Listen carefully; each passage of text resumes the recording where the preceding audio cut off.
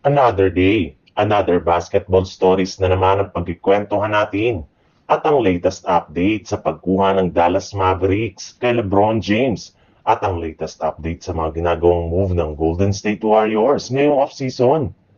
Nasayang nga ang ilang araw na paghihintay ng Los Angeles Lakers kay Bradley Beal dahil matapos lamang nga tuluyan ng mabuyout ang kanyang kontrata sa Phoenix Suns ay pumirma na nga ito sa Los Angeles Clippers ngayong hapon.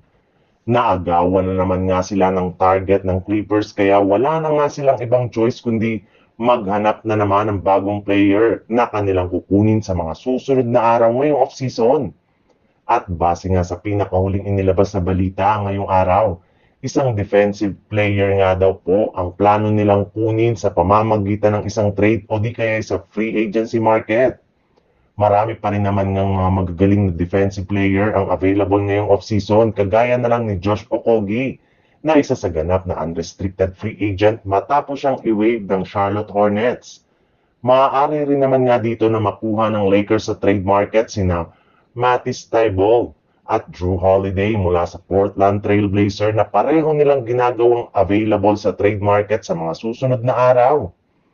Sa ibang balita naman, kahit man nga hindi pa rin nakakagawa ni isa mang move ang Golden State Warriors, ay nagiging aktibo pa rin naman nga kahit papano ang kanilang front office sa pakikipagnegosasyon sa available na players sa free agency market at maging sa pakikipag-usap sa ibang mga kupunan. In fact, maliban sa pagkumbinsi nila sa pagkuha sa kanilang mga target na sina Anthony Milton at Al Horford ay sinusubukan rin naman nga ng kanilang kupunan na kunin si Bradley Beal matapos maibalita na iba-buyout ito ng Phoenix Suns.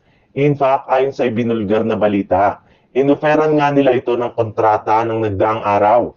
Ang kaso lang, hindi nga silang dalawa nagkasundo sa kanilang negosasyon since masyado nga binabarat ng Golden State Warriors si Bill gayong hanggang minimum contract lang naman nga ang willing nila na ibigay sa kanya. Kaya dahil nga sa pangyayaring ito ay wala ngang nagawang deal ang Warriors sa kampo ni Bradley Beal hanggang mas pinili lang nito na lumipat sa kupunan ng Los Angeles Clippers kung saan nakakuha nga siya dito ng 2-year, $11 million malayong malayo sa inoffer sa kanya ng Golden State Warriors.